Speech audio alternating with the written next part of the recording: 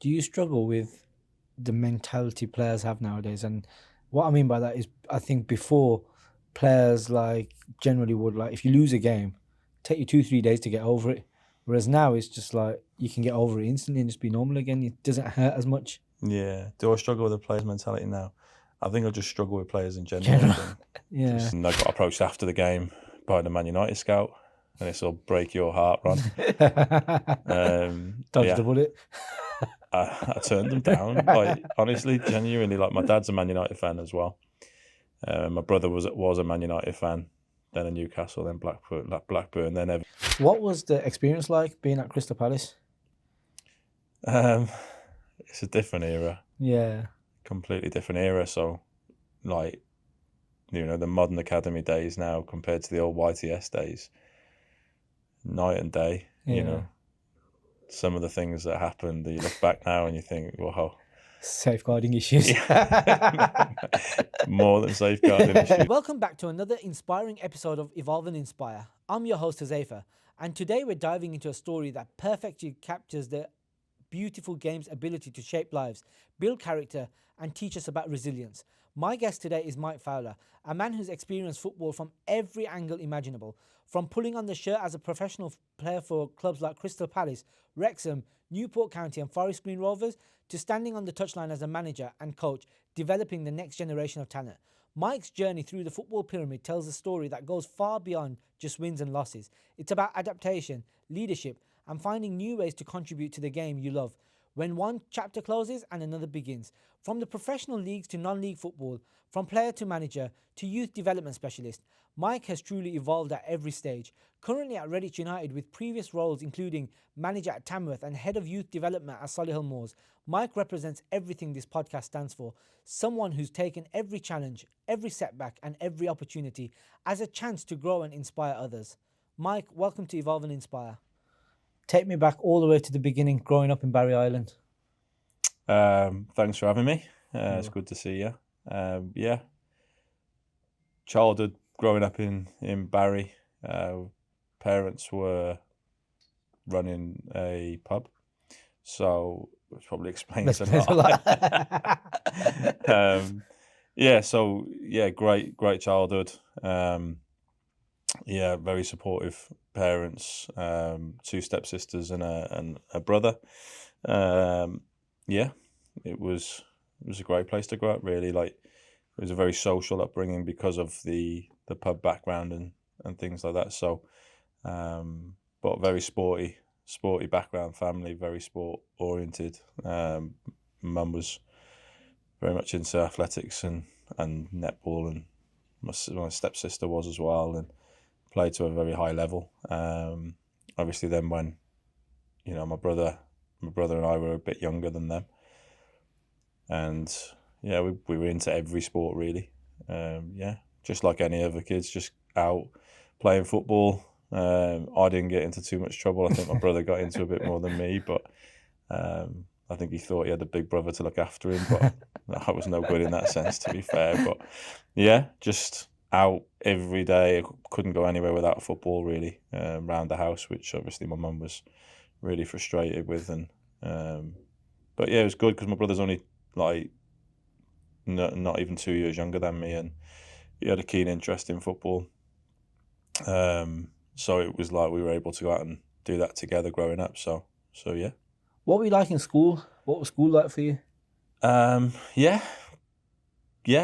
Just going through the motions there. I think it's difficult. I started when I first obviously started my educational journey.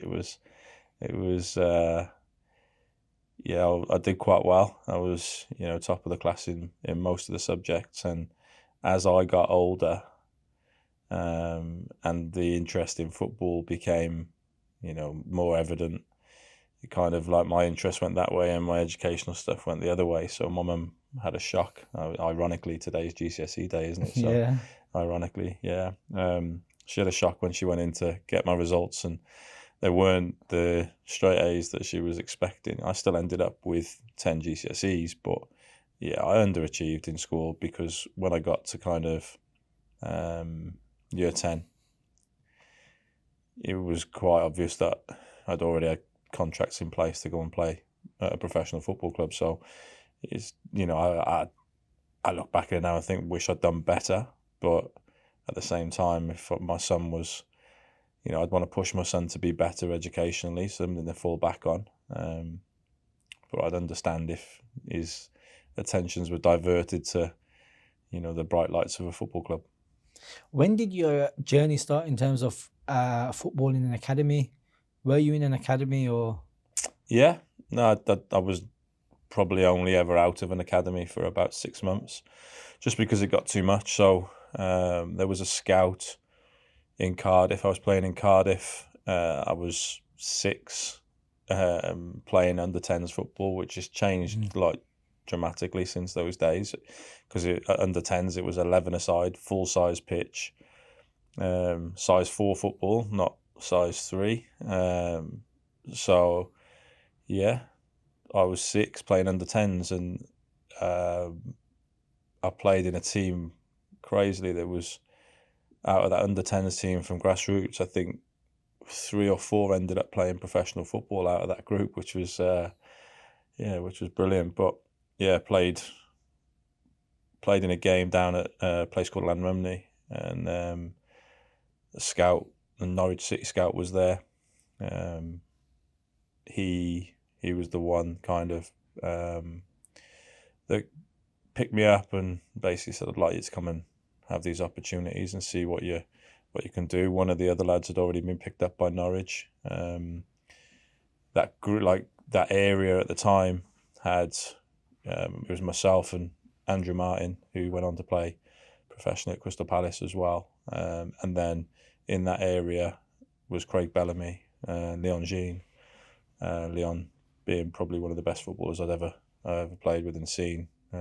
Wasted his talent, but yeah, it was a hotbed at that time, and we all joined Norwich City, which is 3.5 hours away. So you couldn't officially call it you were part of the academy. We were called the Canary Rangers, and we were training in Chepstow. I probably land them in a bit of trouble for saying that, but Simon Davis as well was from West Wales, down Swansea way. He went on to play for Spurs and Wales as well. He was part of that group. So yeah, we went to Norwich City under the tutelage of Kit Carson, who influenced my career early on. We'd have several trips away at the age of 8 away from my parents, and I think we went to Denmark, we went Germany, France, Malta, like great footballing trips. And I later took one of my academy teams out to the same place I went to. So it was like, yeah, really influenced and shaped the early part of my career. I was grateful for those experiences, but grateful for the support as well of my parents, really, because it was a lot, at 7, 8 years of age, travelling up to Norwich. Quite often on Sundays, we'd go travelling around. They travel on the Sunday morning to play in the academy games, which if you played well, that journey back was all right. But I remember I missed an open goal from about a yard, genuinely a yard, not exaggerating.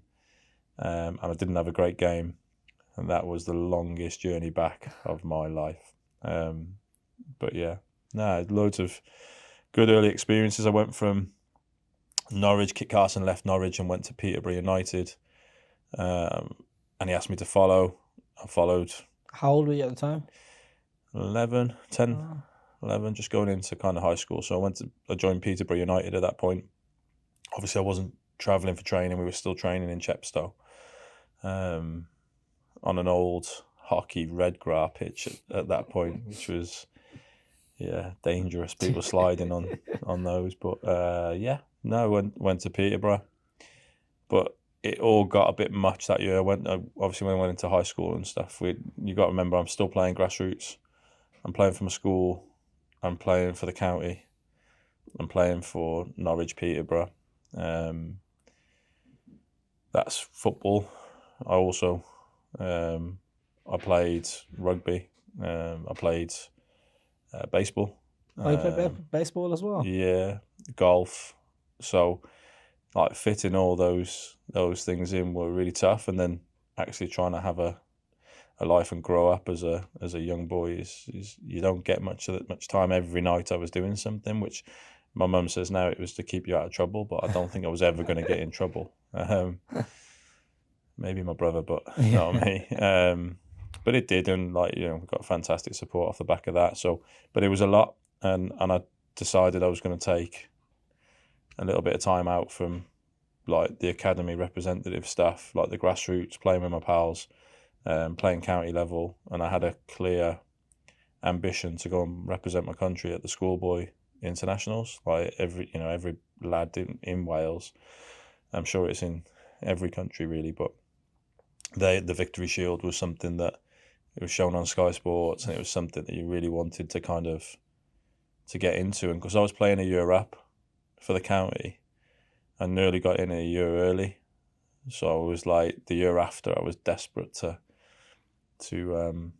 get in that squad, because it just meant normally that you'd get a bit of a career. So so I ended up going and playing in the Victory Shield.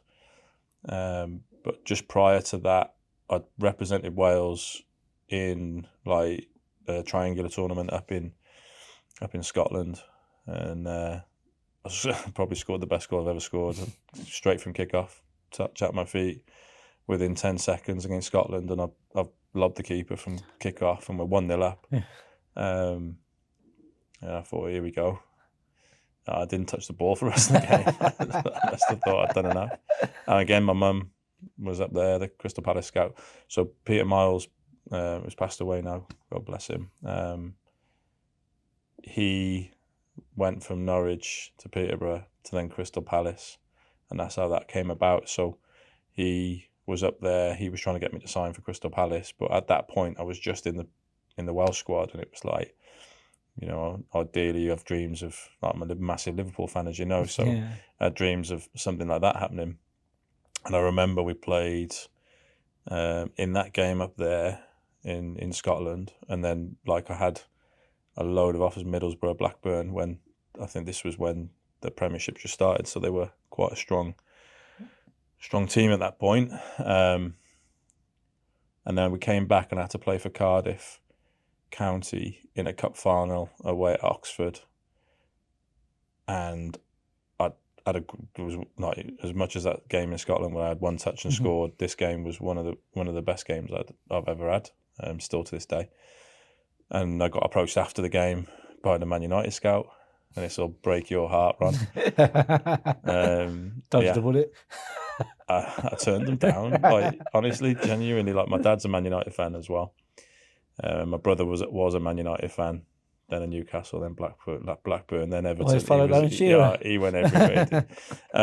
But so that when he approached, obviously, us after the game, and my dad's like, sees his Man United badge on his coat, and my dad's like really excited. He said, "Oh, you know, I'd like to take you up to Manchester and spend some time up there." And I was like, "Nah, it's all right, thanks."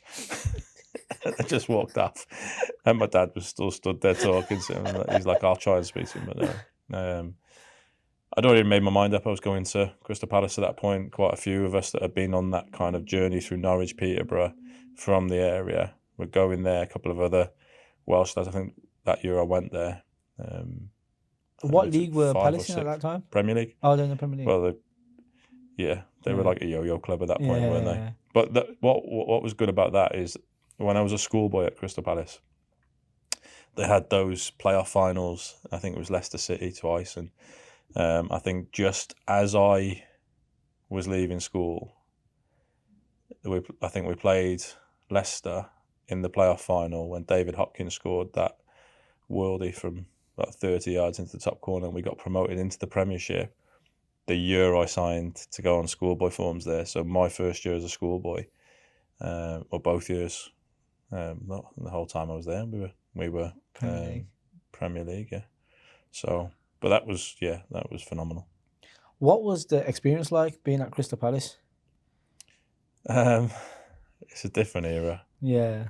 Completely different era. So, like, you know, the modern academy days now compared to the old YTS days, night and day. You know, some of the things that happened, you look back now and you think, wow, Safeguarding issues. More than safeguarding issues, mate. Honestly, you just grow up fast. You grow up really fast. It was a great experience. Obviously, I've gone into a Premier League club that initially Ron Nodes was the chairman. He'd been there for quite a while, and I saw the transition over those couple of years where I think we had Mark Goldberg and Simon Jordan come in after that. So it was a bit of a messy bit off the pitch in terms of club stuff. But the experience itself, being in and around my youth team was like Clinton Morrison, Hayden Mullins, Leon McKenzie, Stephen Hunt, Stephen Cabot, like players that went on to play at a really high level, much higher than me. But it was a lot of talent, and we were a strong team in those. I think we got to the FA Youth Cup final the 1 year, and we competed really, really well. So it was a great experience, that professional environment that I probably didn't grasp well enough until. So I was there for best part of 6 or 7 years, and it was probably only the last 6 months where I actually did what I needed to do. If I'd have done that at the front end, and I know you should, have no regrets and stuff, but if I'd have done that at the front end, who knows what would have happened. But that last 6 months, it was probably the best physical condition, mental condition I was in. Whereas at the front end of it, it was more, I'm playing football, I'm not living at home anymore, I'm living in London at 15, because I'm an August birthday, so I moved up at 15. My 16th birthday, I think we were out in Leicester Square. And I had no life skills at that point. Do you know what I mean? I'd been out doing sport every night, and then all of a sudden I'm in a underground garage club at like 5 o'clock in the morning. I come outside and the lads are gone to the chicken place to get some food, and I sit down just to rest my legs, and I wake up at like 10 o'clock with people going to work around me. So, and all the lads have left me, which was great. So little things like that, life experiences, but it was a different era, Ron. Different era. What do you think helped make that penny drop? Was it just age, or was it something that I got released. Oh, so you got released. We played QPR at QPR in the day, and in December, and I'd had a really good game. Sounds like I've been brilliant every week, but I wasn't, trust me. But yeah, I'd had a really good game. I think I'd scored, set up one, and we'd won 2-0. Some big names playing in that game, and I thought I was really good. And then straight after, we were out for the Christmas do, so suited and booted up to a London hotel. Simon Jordan's first event with us, I think, that year. And had too many to drink, and something may or may not have happened.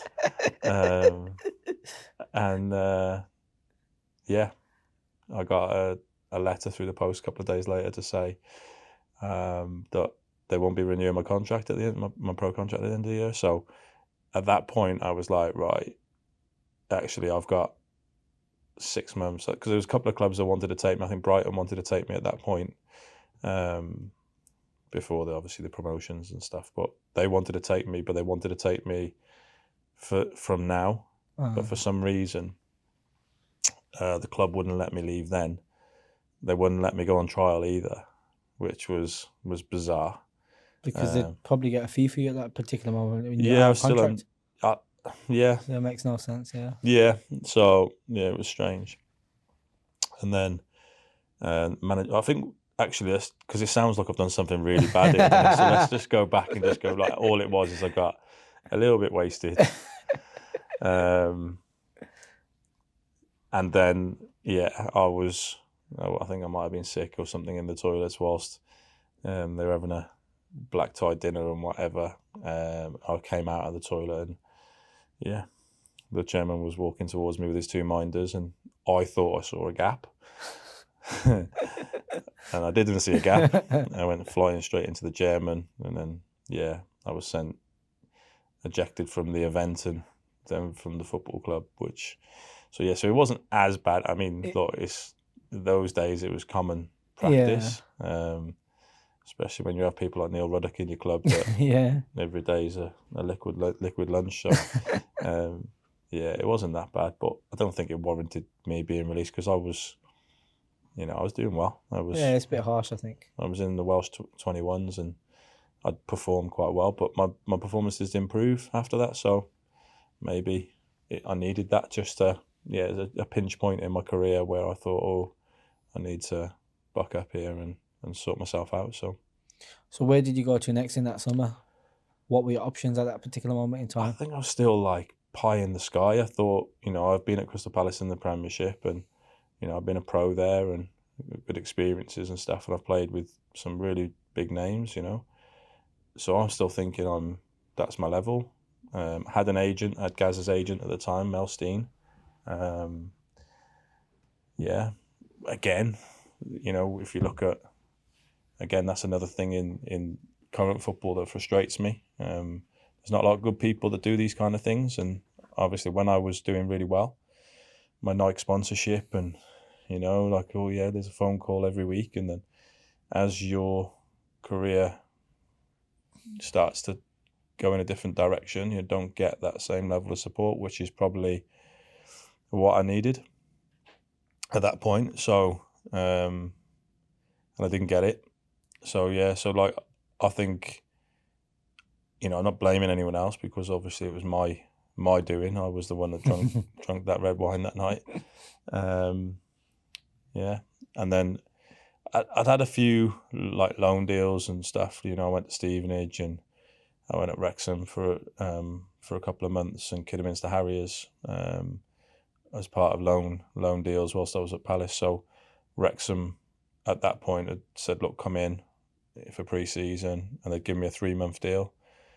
But they played me as a right back and I'm not the quickest. So I wanted to play central midfield. So after a couple of weeks, I thought, I'll give it a go. But maybe the ego kicked in and I was like, well, I've been at a Premiership club as a central midfielder. And you're playing me right Now back. I'm playing right back at League One club. And I'm like, well, and the advice I'd give a player now is just crack on, just get your head down and work. But I didn't have that mentor at that time that could do that, really. My mentors were my parents, really. What were your parents like? Were they more like so tough love or more like it's okay, like modern day kind of parents where is there taking part that counts? No, so like they're really supportive. Like they couldn't have done more for me and my brother because my brother was obviously professional, as you know. They couldn't have done more for me. But it's still a standing joke now. It's like, like my mum was probably the more dominant one in terms of like, opinionated about football. She's always had a sporting background. My grandfather was a boxer in the Commonwealth Games as well. So it was like, it's been in our blood. And so she was quite combative in those situations. My dad just so laid back and chilled out, and it's just like, right, I'll just drive. But it was like, I think there was one game, I can't remember who we played against. We played against Arsenal, and I think they come to watch. And the whole motto my mum used to say was, listen, whatever happens, happens, as long as you try hard. As long as you give your best and you try hard and you run around, I can't argue with you. So we're playing Arsenal. It was a Premier Reserve when the first time the Reserve League came out, and they had like David Seaman in goal. I don't know why he was playing in a reserve. Like the team was a joke, and I was probably 18 or 19 at the time, and so I've had this game, I've not touched the ball. Like couldn't get near the ball. I think what was the left-footed central midfielder for Arsenal? Can't remember his name, but he was playing and he just literally walked through me, ran me over me, did what he wanted to that day. So went and sat with my parents after the game, and I thought, you know what, I've tried hard today. There's nothing she can say to me because I've tried hard today. He's just better than me. And I got in there, and I was like, she was like, oh, what do you think? I was like, yeah, just out of my depth. I said, they're too good. She was like, yeah, you were terrible. And I was like,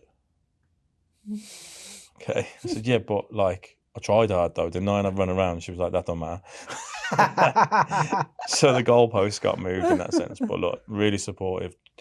I didn't want for anything in my football journey, and they've always been that source of strength and guidance for me. A massive part, biggest influence in me as a person, but also in terms of football. So yeah, so ended up going to Wrexham for 3 months. Didn't like it. One of the other clubs that were in for me at that point was Woking in the National League, and that was I was living in Kingston, and Woking's literally 15 minutes from Kingston, so it kind of fitted that I went back there and settled there. Manager got sacked after one game, so I played one game for the new manager. Played Hereford. It's gonna sound stupid. I got man of the match in the game, and in my debut, had a little bit of a niggle towards the end of the game, but got man of the match.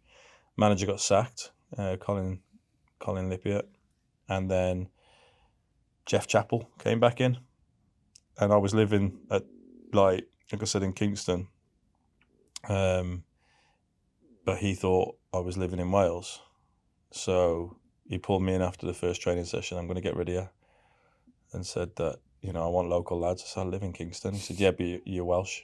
He said your roots are from Wales, so it's not really what I'm looking for. Well, okay, I've got a 2-year contract. So we ended up having a back and forth for a few weeks where he thought that I would just walk away from a lot of money. And in the end, I think we played Newport County in the FA Cup. And it was probably it was the first time I met probably my biggest influence on my career, apart from my parents, was Tim Harris. He was the manager at Newport. Newport beat us in the FA Cup. And after the game, I'd played, I think, 5 minutes at home, but I played about 20 minutes away in the replay. And he went straight in for me after the game. Or at least I think that's what happened. But what probably happened is Jeff's gone to Tim and gone, look, I've got a Welsh lad here. I don't like him. So I signed for Newport. And that was where I really settled for the first time. And just got my head down, started playing. Dr. Martin's League, Step 3 at the time. So I've gone from Premiership to Step 3 within a short space of time. And the impact that has on someone has helped me now in the role I do now. Has helped me understand what people go through when they come out. And I believe that's why my mindset is developmental and I want to help people and I understand them because I've been there. Do you think that was missing at that particular moment in time when Oh, you were 100%, yeah. Yeah. There wasn't enough people out there that, everything's developed a lot. There's a lot of things and it's still developing now, and full credit to people like, there's aftercare programs and mentors and family liaisons and player liaisons and all sorts of stuff. So, 100% that was missing. When you got to Step 3, did you ever think, was that door still open for you, that you were going to go back up the leagues? Oh, absolutely, yeah. I think you know me long enough now. My mentality is different. I had that. Obviously, I let myself down when I was at Palace, more socially than anything else. Yeah. I still do that now. But my mentality was always, I'm the best. I want to be the best. I want to play or manage or coach at the highest possible level. So, I always thought that. And that's my advice to people now is I'd say that you've got never give up hope on it, because if you look at my journey compared to, say, somebody else that came out at the same time, I know there's somebody, I'm not going to name names, but there was somebody that came out at the same time and his career he ended up just giving up completely because he just got frustrated. Whereas I always believed that I was going to get back, and I did. So, I went to Newport, played, I think, 80 games. Step 3 at a young age. I then, ironically, the manager, the Tim Harris left, and the manager that came in was my Crystal Palace youth team manager. And I thought, oh, okay, well, that works. And he offered me 50% reduction in my wage, and got rid of me, so that didn't work. Went to Merthyr with Tim Harris because Tim had gone to Merthyr, and we had a really, really good, probably 7 months. We had a good cup run. We got to the first round of the FA Cup, played Walsall live on Sky. And I'd had a good season. I was holding midfield, but I scored something like 12 goals, and which never really been part of my game as a defensive midfielder. But so Tim left again. I blame him, really. Tim left again and went to Gloucester. So when the season finished, I went and joined Gloucester. And within a month of being at Gloucester, Tim then obviously pulled me in on the Monday. I think we went to Kings Lynn. What was it, Monday, Thursday? Training Thursday. We went to Kings Lynn on the Tuesday night. He took me all the way up there from Cardiff, all the way to Kings Lynn.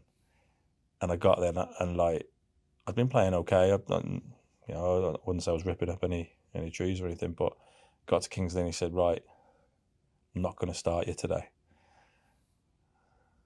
So, you know that my temperament isn't great in those circumstances. And I was fuming. He was like, but I think you're going to win the game for me. Like, and I'm thinking, you're miles off it. You are. You think I'm going to go and win the game for you after you've dragged me all the way up here? Yeah. And he said, you're going to come on last half an hour, you and Scott, and turn the game for me. He was right. I was fuming. I didn't warm up or anything. I said, I'm leaving. I'm going to speak to Tim today. I've got a good relationship with him. I'm going to tell him I'm not doing it anymore. My pal was trying to talk me out of it because obviously I was a driving partner. So How old were you at the time? 25. 25. I just wanted to play. Yeah. And it was only one game, so I was definitely overreacting. Yeah. And I know that's out of character for me. But, yeah. And I went in, I said, knocked the door, and I was like, Tim, I need to speak to you. And he was like, well, go and do they'd set up running. I was like, he's going to do the running, and then we'll have a chat after. I went, oh, I'm not doing that. You are mad. He was like, right, I'll be in there in a minute then. So he came in, and he's let me speak for about 15 minutes. I'm not happy with this, not happy with this. This is what it is. That's not good enough. Blah, blah, blah, blah. And he just went, whoa. He said, I've agreed a deal with Salisbury City for you to move.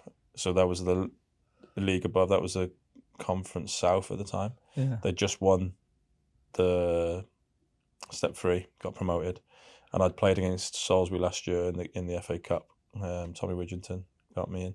So he was like, I've agreed a deal. You go down there. You got to be down there at the weekend, blah, blah, blah. And I was like, suck me right in here. Suck me right in. He's let me rant. He's let me go. I'm not doing that running. Right, and we still laugh about it now. And then obviously I went to Salisbury, probably for the most rewarding and successful part of my career. How was it like there at Salisbury? Great, professional. Nick Holmes, the manager, fantastic person. Barry Blankley and Tommy Widgington, very experienced Southampton legends, like really professional football club. The stadium was set like for what it needed to be. They were getting 2,000 fans at Conference South level. They had a really good young team with some experience, but they also had, like, when you got there, now it's like, I think it's a given, like now where you go to clubs now and they've got gyms and they've got all this stuff.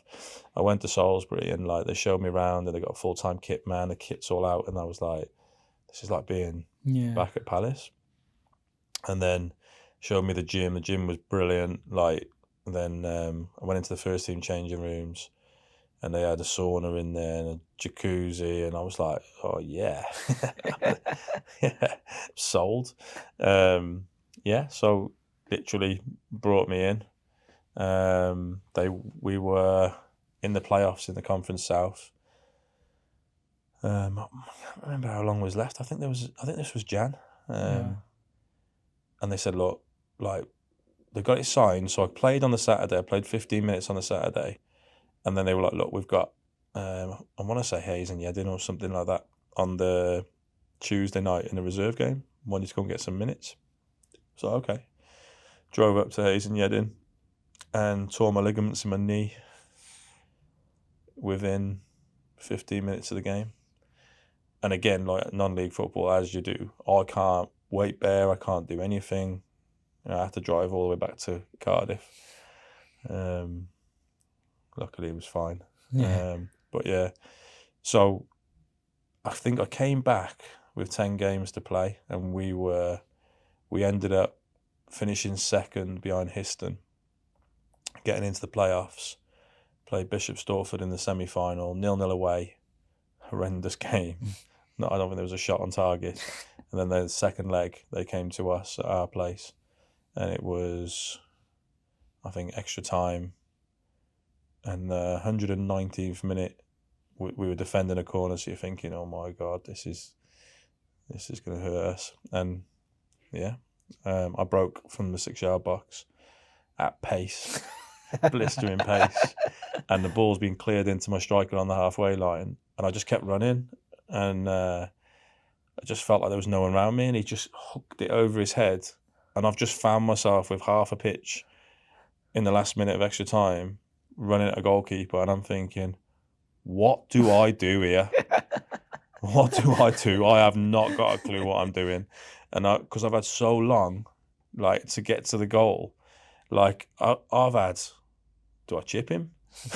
No, don't chip him. Do I go round him? No, you haven't got the pace to go round him. And you know those dreams where people are chasing you and they're getting closer and you're getting slower? That's what it was like. I could feel everyone breathing down my neck.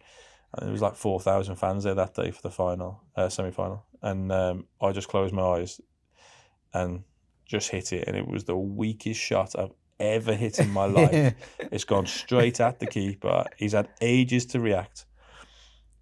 And it's gone through his legs. I just scored. And I was like, wow, that's got to be the worst goal ever scored to win something. So we got promoted into the National League, and we went from part-time to full-time then that year. What was it like getting promoted? It's just people don't understand. It doesn't matter if it's getting promoted from a step 7 or whatever league it is. Like, my brother's been promoted quite a few times, and he said to me before the game, he said, whatever you do, clear your schedule for 3 days at least. He said, because it's going to be ridiculous. You won't even remember those 3 days. I was like, really? I was like, okay. He was right. Like, when we won that game, it was, I don't think I slept for 3 days. And it was just, and it wasn't even like we were doing anything. I wish I could say we were going to have these great parties and we're going up London and we're doing this thing. It was just 20 men sat in a room drinking beer and singing and dancing and being silly. But it was the best 3 days ever. It was unreal. Like, and I genuinely can't remember. I remember one thing. Matt Tubbs scored a goal in the lead up, and he decided at about 6 o'clock in the morning, when he was drunk, he was going to go and recreate it on the pitch. And I remember the manager, Nick, coming in, and there's windows looking down onto the pitch, and Matt Tubbs obviously went on to have a really good career. He's running up the pitch in his pants, scores and does a knee slide in front of the stand. And Nick Holmes came in, he was like, what is going on here? But yeah, great memories. When did you decide that once your playing career is over, this is what I'm going to do, like going to coaching? I don't think I waited until my career was over. Obviously, the injury, so obviously we'll come on to that, but when I moved from Salisbury to Forest Green, but I'd already started coaching before that. So I had a keen interest in it. Tactics for me, the tactical elements of the game are really interesting to me because I've got that analytical brain that, I always want to understand things and learn things. So as of an early age, managers would say to me, "Oh, you're gonna be a great coach, or you're gonna be a great manager, or you're gonna," and they were wrong.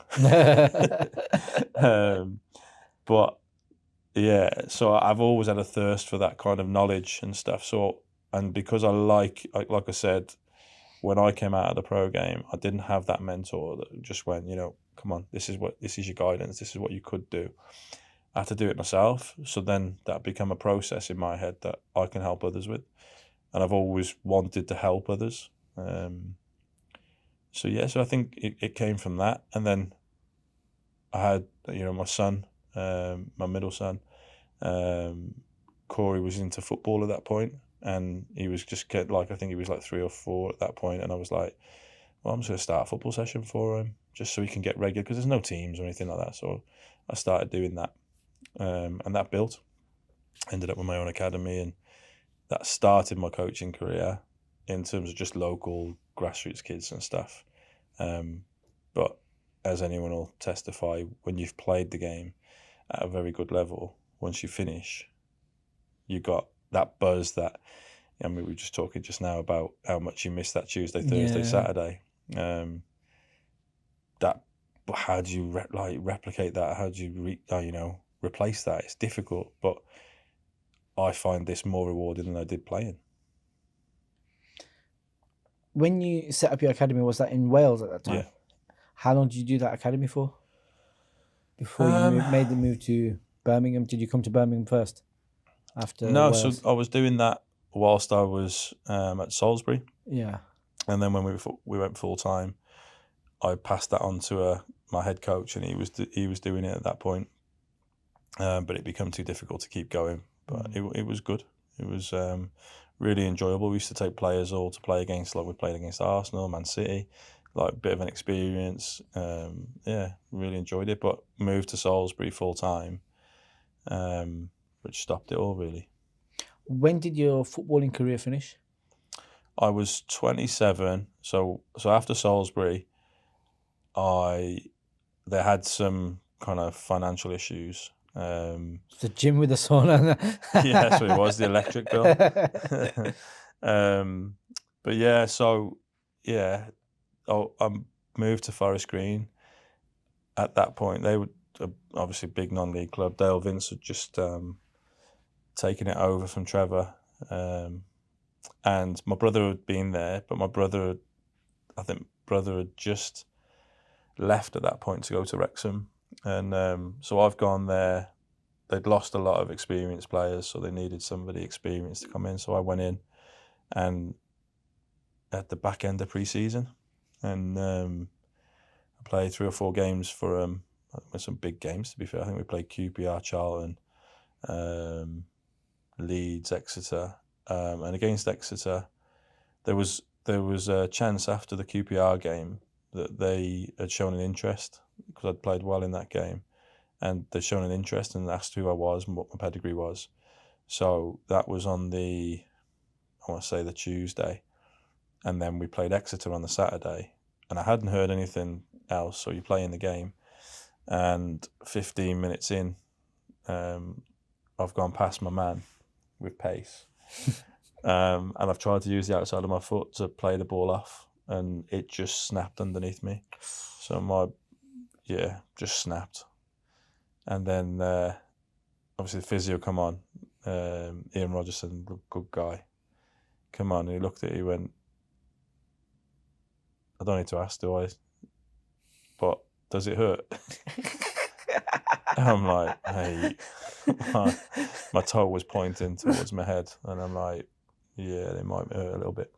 So yeah, and again, another part of the game that's developed over the years is the care around injured players and stuff. So at that point, what actually happened is that it was definitely broken. 100% it was broken. You could see it was broken. Everyone knew it was broken. There's people going, oh my God, look at that. And so no stretcher, lifted up, arm over the shoulder, hopping off with my ankle just flopping all over the place. Take me into the physio room. Doctor comes in, takes my boot off straight away. Like, which you're not supposed to do, obviously, like with the swelling and stuff. So he's like grabbing my ankle. I'm writhing in pain. He says, "No, it's a stable ankle, that." He said, "Go to hospital just as a precaution." So I'm thinking, okay, where's the ambulance? He says, no. He says, so he's got the assistant kit man to come in. He says, go and get your car. You need to take him to the hospital. So I don't know if you've been at Forest Green. He's brought his car to the players' entrance, and it's just like it's not a ramp. Yeah. It's like a little mound, and he's got a 3-door Corsa. So I've had to hobble down this ramp, and get into the back of a three-door Corsa without any painkillers, which turned out to be a triple leg break, by the way. So up in Stroud, where the Forest Green Stadium is, it's like all speed bumps. So bless him, Laurie, he started driving off. Ba-bump. I'm like, I've punched the roof of the car. What are you doing? He said, I can't help it. There's speed bumps. I'm like, nah. Like, straight over another one. I'm like, no. Banging the seat. He's panicking now because he's worried. We ended up pulling up on the side of the road, phone 999, and then the ambulance came then, got me on gas and air, which was great. Yeah. And they were like, I can't believe they've done this. That's like, I'll resign from my job if that's not broken. And went in, triple leg break, ruptured Achilles, done a proper job on it, and it was literally just falling over, like on my own body weight, which I understand now if it happens because my body weight's a bit more, but at that time I was actually quite lean. So yeah, and so then obviously had an operation. I was in hospital for a couple of weeks, successful operation, but they just said like, you're not going to walk properly again, and you definitely won't play football again. So then that mentality in me kicks in. I'm like, okay, we'll see. Yeah. And I remember, I think, don't quote me exactly, but they said I wouldn't be able to start walking properly for 6 months. But within 3 months, I came on as a sub against Luton away. So I managed to get myself back strong, fit, and prove them all wrong and be back out on the pitch, Luton away. Which we lost 6-1, but it was 6-1 when I come on. And then I started then. The next game we had Northampton at home in the FA Cup, first round. And I started in that game. And I played the full 90, but just at the end of the game, I thought there's something wrong. So I've gone back to see a specialist, and I had to go back in and have something done to my Achilles. So that meant another period off, and I didn't get back then until they gave me another year, like a pity contract, but I took it. Yeah. Give me another year, and I came back. My first training session was on the Friday morning, and we had the first league game on the Saturday in Mansfield away. And again, they put me in the squad, brought me on, and I think I featured in the first 10 games. I started the second game against Wrexham and third game against Grimsby, but I featured in those 10 games. And then I knew I wasn't right. Not a chance. I was slow anyway, so I was even slower. So I had to be honest, and I just and again, I was going to speak to the gaffer and just say, look, because he was getting me to do a bit of coaching at that point as well. Went to speak to the gaffer, and he was like, we've had an offer for you. I was like, okay. So I just shut up straight away. And Newport County had come in for me and another lad, and they were second in the National League at that point. And I was like, okay. Right, I'll go and speak to him, and Dean Oldsworth was the manager. Football's a real small world, but so I went down there, agreed a deal closer to home, team higher up in the league, club that I'd played for and whatever. So I went back there. First game on a Tuesday night was against Tamworth away, which again, the irony of that. He comes in, names the team, says, boys, just so you know, this is my last game.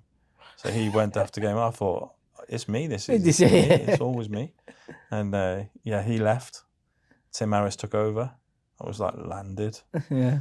And then we played Rushden and Diamonds on the Saturday, and I started holding midfield. And to this day, I still blame him for ruining my Newport career. It felt like he'd played 4 at the back, me in midfield, and the rest of them at the top end of the pitch, because I had no one in there with me. I got ran ragged, everyone shouting at me, this, that and the other, and I was thinking, oh God. I didn't play for him again. They sent me out on loan. That was my mate Tim. Thanks, Tim. Went out on loan to Weymouth, helped them stay in the Conference South on the last day.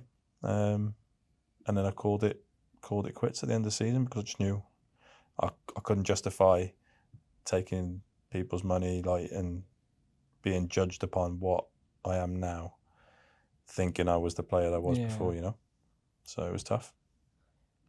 So when did your managerial career start? So when I got injured, that's when obviously I had that academy stuff in Wales, and I spoke to a football club in South Wales called Salisbury, because I could still play. I just couldn't play at the level that I'd been at. So I spoke to them and just said, look, is there any kind of chance that there's a deal that can be done where I play for your first team, I'll do the coaching for your first team, but I can use your facilities to use for the academy? Absolutely. So I was assistant manager to a guy called Jimmy Blackie, and we had a really successful 2 or 3 years. We won the league the first year by 21 points, and then it's a playoff with the other league to go up. We lost the playoff. The year after, we won the league by 30 points, and we won the FAW trophy, and we were it's like the equivalent of a League 2 team winning the FA Cup. Wow. So it was a really good achievement. And then we didn't win the playoff again. So I was just like, oh God. And then was at the point then it was time to move on, really. And I had an opportunity to go to Tamworth. And Andy Morrell was the manager at Tamworth, who I'd played with at Wrexham. And a really good guy. He's not got an assistant sorted. So I've offered my assistance. He was like, look, I'm speaking to 3 or 4 people. If you want to come up, watch a game, have a chat, no problem. So I said, I think they had filed. So I went and accessed filed footage. You know how I work anyway. Got all the match reports, got all their goals, got everything. And I just sent him this email. And he rang me. He was like, bore off. He's like, wow, mate. He said, that's ridiculous. He said, just come up on Tuesday. They played Hensford in the Cup. He said, come up, we'll have a chat. And then he offered me the assistant manager's job at Tamworth then. What league were Tamworth in at that time? They'd just been relegated from the National League. Okay. And he got the job because I think they had started the season with after 10 games, they were second bottom in the Conference North. So Moz went in, I went in with him, and we literally, I think we must have won 16 games, 15 out of 16, and we went from second bottom to second top. Yeah. So it was really, really good. And that first year, I think we missed out on the playoffs by a point. Year 2 again. Year 3, it got messy. The squad that we had wasn't doing what we needed them to. There was a lot of younger lads that weren't as dedicated to what we were doing. And I think that there was a few strong characters that caused us to not be as successful in that year. I think we'd lost to local rivals. We were 4-0 down after 20 minutes against Nuneaton. And I think the writing was on the wall from then. So the one day, a situation happened in a game where a player had said something to me. We were losing in a game. I tried to kind of say, come on, we can do something here. Didn't feel like we had that connection. So I just said I rang Moz on the Saturday and I just said, look, I'm done. So I was doing the academy, I set that up at Tamworth. So that was my day job. And I was like, I'm done. I can't put my name to this. I don't want to be travelling around the country as a representation of me. Yeah. He was like, yeah, sound. And then on the Monday, the chairman rang me and said, I've let Andy go. Would you take the job? And I was like, well, I want to have a conversation with Andy and I want to have a conversation with you guys to see what that looks like, because I was part of the problem. Yeah. So I met with them and they were like, look, you're full-time with us already. It just makes sense. And at that point, we were in free fall. We were going towards the trapdoor. I was thinking, oh, God. That I took it, met with Andy. He was disappointed that I took it because I was part of his staff, naturally, and I understand that. But at the same time, it's my job. Yeah. I've got to keep a roof over my family's head, and you know, I wasn't doing it to not be supportive to him. It was a case of, you know, this is my job. Like I've got to pay my bills. I've got to do it properly. So, so I took it, and we got relegated. You know, it's some of the things like I still to this day, if I put a catalogue of the goals we conceded together, I think that would be I think I'd be allowed to take that off my CV, that relegation. I think it'd be get out of jail free card, because honestly, we played FC United at home, complete control of the game, missing chance after chance. They have one shot on goal from 35 yards, just rolling towards the keeper. And I turned to talk to my assistant at the time, and the ball went through the keeper's legs. And that was probably 3 or 4 times this happened, where it cost us a game in those couple of weeks, which we only needed a couple of points to stay up. It would have changed everything. So really tough time.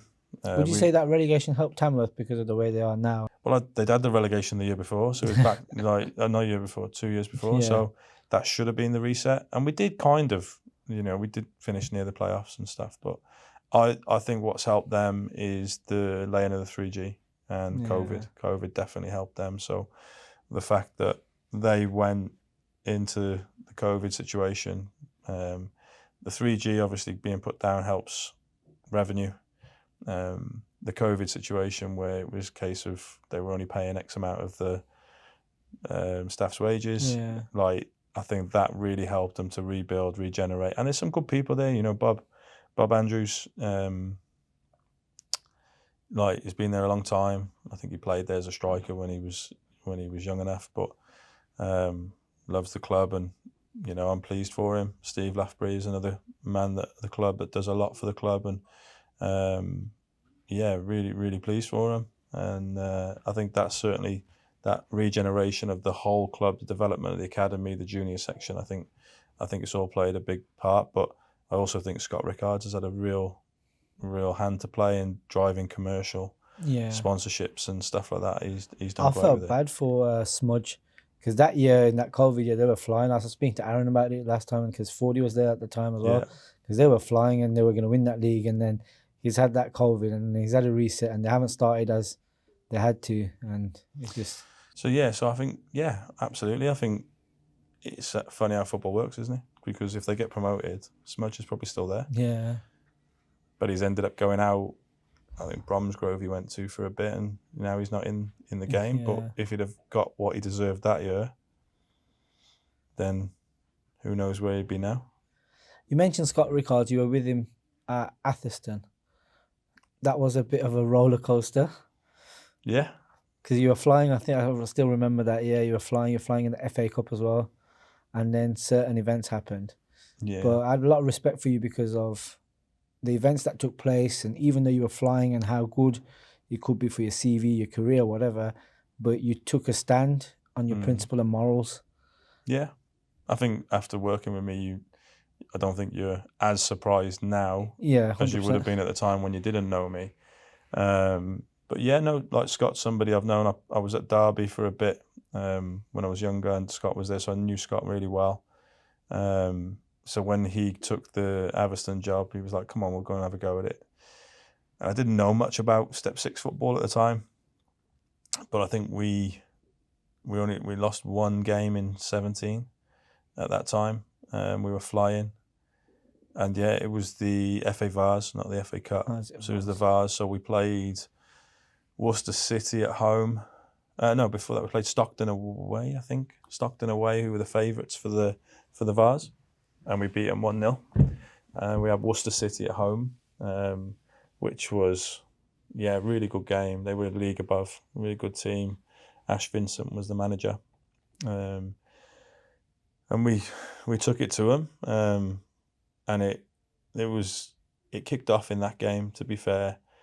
The crowd, the home crowd, there was throwing bottles at Ash, and we had to intervene, and like there was a couple of thousand there, which they didn't have the capabilities of dealing with, or the infrastructure. So it was a really difficult one. I think Marlon was his assistant as Yeah, well, and he'd Marlon. lost his head, and I think they got embroiled with some fans and stuff, rightly so, because of the things that were being thrown and said. And obviously we didn't condone that on that day. There were some bans given out and whatever from the club, and we played them in the replay at their place and beat them on pens. And we were, I think we were in the semi-final, one Yeah. game from Wembley, really. But the game after the Worcester game, we played Stafford Town away, and we were winning, I think 6-0. Like, it was a really comfortable day, and somebody ruined it in the last couple of minutes with some chanting that was brought to our attention by the ref and then one of our players, Kai Dryden. So how that then transitioned into the change rooms, obviously the player was really upset. So he's the priority at that point, and we're trying to make sure that he's got the support he needs. And without vilifying anyone, he certainly got that from us, but I don't think he got the initial support. There was question marks over how valid these claims were, or what. We hadn't even done our team talk or anything, because obviously there was something more pressing to deal with. And when I heard the comments that were being made directed at him from club officials, I just picked my bag up and I said, Scott, I'm done. See you later. I'm gone. I didn't speak to anyone. I just walked straight out and never looked back. So Scott rang me that night. He said, "You're definitely done. Like, we can make a change. We can make a difference." And I'm like, this isn't the first time it's happened there. And it won't be the last. We won't make a change. When the people in charge are making those comments towards a player that has just been racially abused, that will never sit with me. There's no change well, there's a change I'd like to make, but Yeah. I'd probably end up in trouble myself. But, I just didn't want my name associated as a professional football coach. I couldn't have my name attached to that. So yeah, resigned. Scott then resigned. He wanted to meet the players first, whereas I just rang the players and just said, look, that's not for me. Yeah. He wanted to meet the players first, and he went on the Monday and then resigned after that meeting. He said, you're right, we can't stay. And we were one game away from Wembley, and we were probably going to get promoted, but that's irrelevant. Yeah. At the end of the day, football's a game, should be enjoyed by everyone, regardless of religion, race, anything like that. It's always been something that I feel quite strongly and passionate about. So, yeah, the stance had to be taken. It was a no-brainer. It wasn't even a thought in my mind that there was any other alternative. And then over those couple of weeks, we faced some really strange situations where they were saying that, people were saying, oh, this is bizarre. Like, how are they doing it? Why would they do that? I think that's the biggest problem when you can't actually even recognise what's going on. But people were saying they thought we were doing it for attention and fame, and we had another job to go to. Yeah. Well, it proved that we didn't, did it? So, no, actually, we just standing on the business that needed to be dealt with, and ultimately, there was a game. They played a game a week later against Calsa, and there was another incident in that game. So yeah, it shouldn't be in the game. It's so frustrating, really, really frustrating, and it's just mind blowing. I don't think, we're trying to kick it out, and we're trying to get, into situations where we can support people better and in those moments. But I think there's just people that are ingrained in them that they're never going to change, and it's sad. It's really sad. Yes, yeah. Where did your managerial career then take you? Was Tim Harris coming to the rescue again, taking you to Worcester? Yeah, Worcester. So I went and helped Tim, because Tim come and helped me at Tamworth after the relegation for a little bit, and he called back that favour. He said, right, I need some support. Not had a great start. Need you to come in at Worcester. And I'll be honest with you, I only did it for him. I didn't do it for any other reasons. And it's a big club, Sleeping Giant. But yeah, went and helped him over there.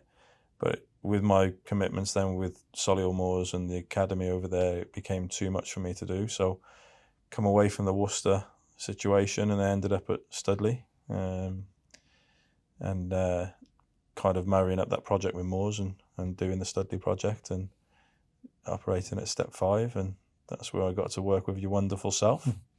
What's your philosophy? What's your outlook in terms of football?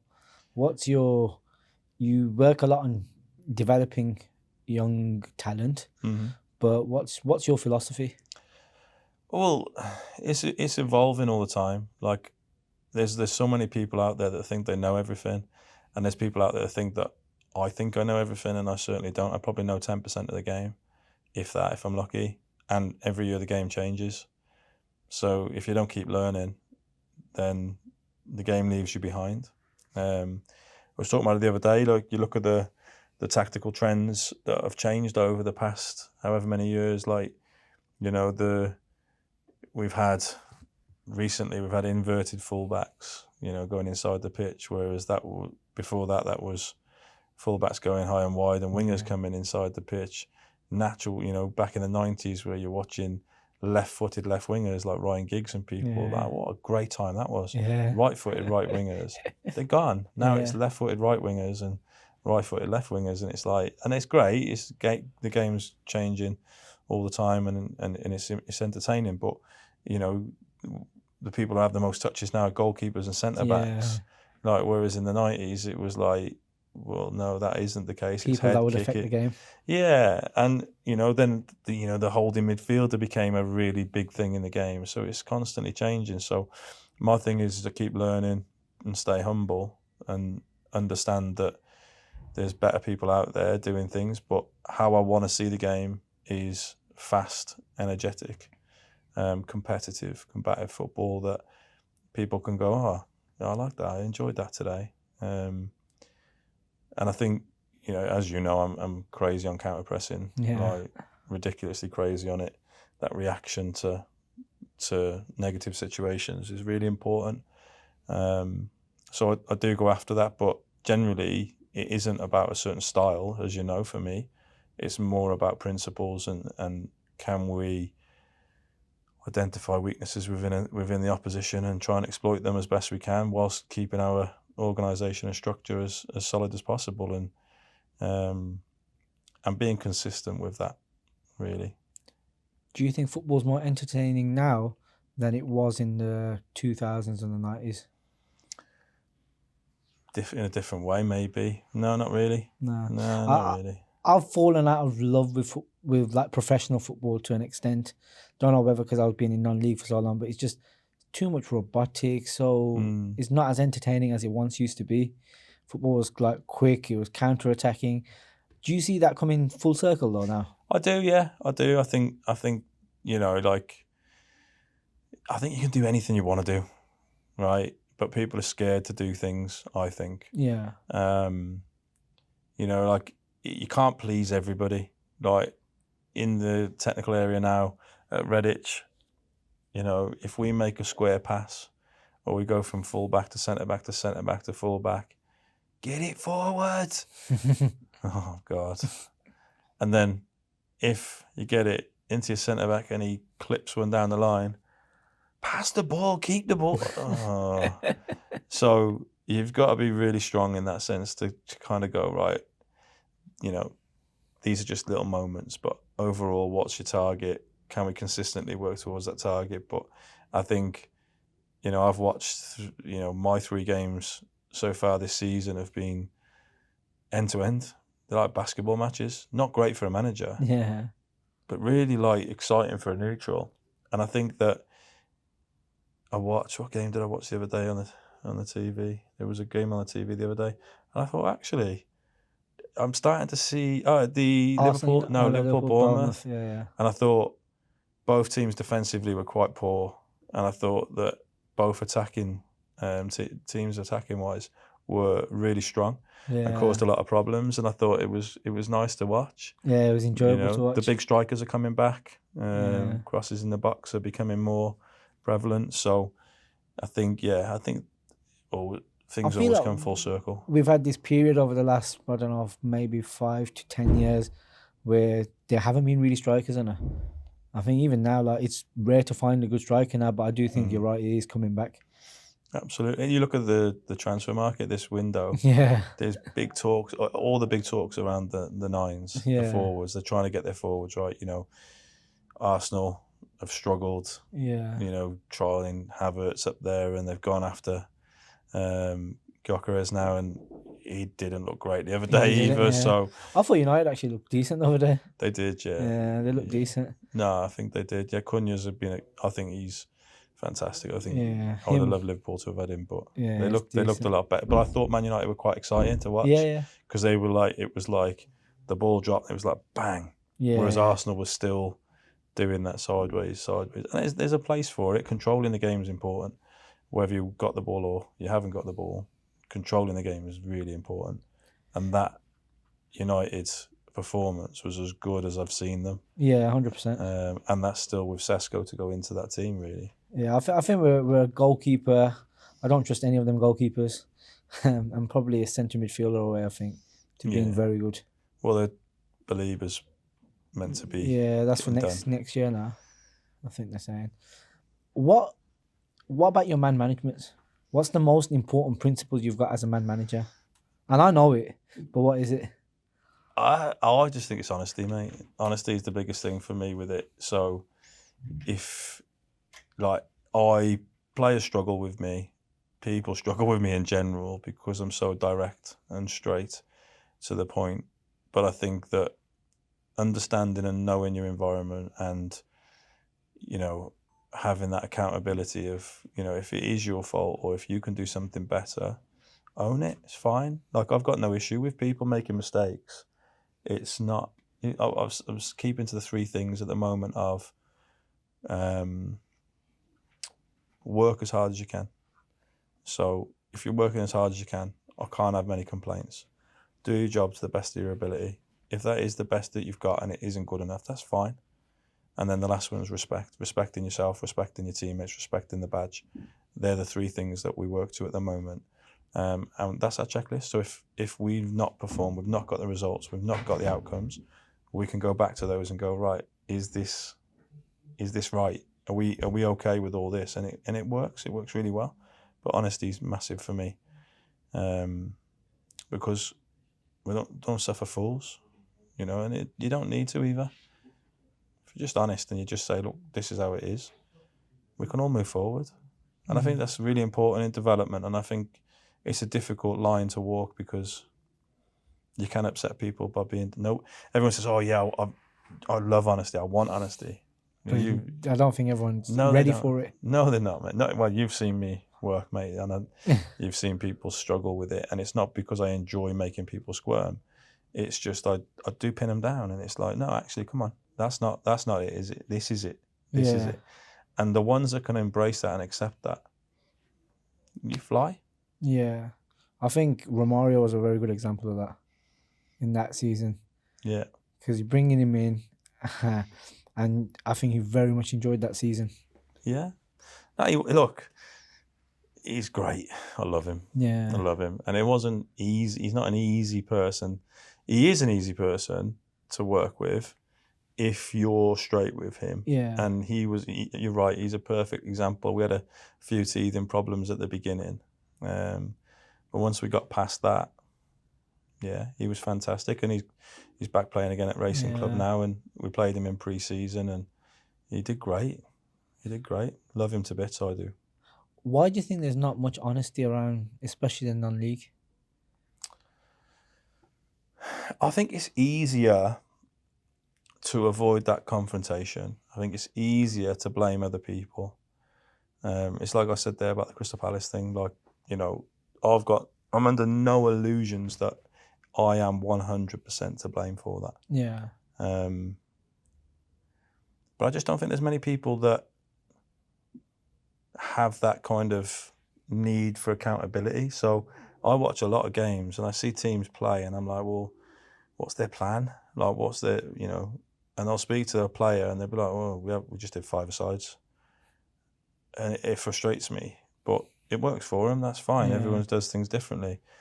But I just don't think there's that need for accountability. I think they value different things, and that's what makes it unique, and that's what makes it challenging. So, I think the biggest challenge we're facing at the moment is when we're playing against teams. If we play against a team that is well coached, well drilled, we can drill our players into playing a certain way and be successful within that. But then there's teams that don't do that, and you can, no matter how much you coach them, there's nothing you can do. You don't know what to expect. You don't. It's Even the unpredictable. opposition doesn't know what to expect. So Exactly that. So we'd like that. I think that's the big thing, especially in non-league. But the standards have improved in non-league. Yeah. Well, they have. 100%. The standards of teams, the coaching, the facilities. Non-league's a great place. Yeah. Really, really good place. People doing some really, really good things. You see Batch yesterday get retire. Yeah. 24 years. Yeah, absolutely. But like, what a great servant he's been to non-league football. What great character. It's shown in all the responses he's had to his career. But like, a great guy, always got a smile on his face, even when he's elbowing people and stuff. He's still smiling and enjoying himself. And I think, like, if you look back on your career, whatever you're doing, you want to have enjoyed it. And made a difference, and he certainly has. See all the clubs that are and he has had a lot of clubs, but the impact he's had on those clubs, so like the messages of support that are coming out for him, fair play. Yeah. You were in football in a completely different era, different dressing room. How have you been able to adapt to what it is now? Yeah, it's tough. I think, like I said, like, football does evolve every year, whether it be the way that they treat younger players, whether it be the tactical trends and stuff like that. You've just got to be able to understand what's going on. If you can understand what's going on at the moment in football, that's half the battle. And then you've got to go, right, well, how do I fit within that? I think there's a lot of stuff I've told you before about Sir Alex Ferguson. He used to change his assistant manager a lot, so they didn't change him. But he'd say, like, I'd bring a defensive coach in, and I'd take all the information from him about that, and my team would take the strengths of that coach, and then the year after somebody else would be in, and it'd be an in possession type coach, and he constantly evolved with it without actually changing himself. He just put the right people in the right places to improve them. So I think it's just trying to understand what's going on and what you're trying to get out of your role. So at the moment, my role at Redditch as first team manager, back at step 3, is understanding what the level's about. There's a lot of, we drew 2-2 with Royston at the weekend in a basketball match, no control. I saw that goal from, I think, Alex Cameron from a penalty save. No, that was Robbie Bunn from the penalty save. Oh, was it Robbie Bunn? So yeah, Ty saved the penalty, thrown out within 5 seconds. Robbie Bunn scored. Yeah. The Alex Cameron goal was throwing in line with our own box. Robbie Bunn steals it. We break up the pitch, and within 5 seconds we've scored again. Yeah. But Royston are a very tough team, and because they hadn't won a game or picked up a point yet, everyone's thinking it's going to be easy. So I'm getting a bit of stick after the game, and I'm like, I am delighted. We weren't at our best. Yeah. I can be honest with that. But I'm delighted with that draw. I'm delighted because they'll take loads of points off teams, but because they don't understand it, it's my job to understand that that's a good point. But they probably feel like I'm coming out and trying to paper over the cracks and have a smoke screen. And those that know me, I don't paper over cracks. Yeah. So I think just, understanding what it is. Because the year I finished my YTS was the first year that the new academy system was brought in. And there's lots of positives with the new academy system. You look at like the Euros and the younger ages for the the home nations have done so well. Yeah. So they've benefited from that transition into this new era of analysis and strength and conditioning and stuff like that. But there's also a lot to be said for the old older ways, like the YTS scheme that strengthens, because I think mentality is such a big thing for any person in any job, by the way. Yeah. But mentality is huge, like for a player. Do you struggle with the mentality players have nowadays? And what I mean by that is, I think before players like generally would, like, if you lose a game, take you 2-3 days to get over it. Whereas now it's just like you can get over it instantly and just be normal again. It doesn't hurt as much. Yeah. Do I struggle with a player's mentality now? I think I just struggle with players in general. General. I think Yeah. just No, just look. I've Part of my learning has to be that I've got to evolve as a manager, right? I am highly emotive, and this year I said, right, I'm going to be calm this year because I want to get to that next level for myself. And for the first 3 games, I've been like a raving lunatic. And I explained this to a player yesterday, that I've got one of those brains, as you know, where I remember everything. So if I've worked with a player for 5 years, I've got a microchip in my head that tells me everything that player's done. And I remembered it all. And rightly or wrongly, I almost can predict what that player's going to do, or is capable of doing in that moment. So when a situation happens, my brain quickly computes that actually he could have done better in that moment. And if he does 4 or 5 of them in a game, then that stresses me out. And I need to tell him because I can't keep it in. But I need to learn to be better and manage those situations and try and, instead of telling them what they're doing wrong, guide them better into nurture them to what they could do differently. And that's the new age player. And so in answer to your question, yeah, I do struggle because I want to tell them what they've done wrong and they can't be told because they get defensive. Yeah. I'm just going to touch upon one more thing. You said that when you were growing up, obviously using size 4 footballs and it was 11-a-side from a very young age. Now all of that's changed. Now you've got to get to a certain age before you're playing 11-a-side. Do you think that's good for the game, or do you think that's bad for the game? I think there's no right answer. I'm not going to sit on the fence. Yeah. But I don't think there's a right answer to that, because the new version of the game gets loads more touches, loads more touches and kind of faster, more chances of scoring goals because the pitches are smaller and different things.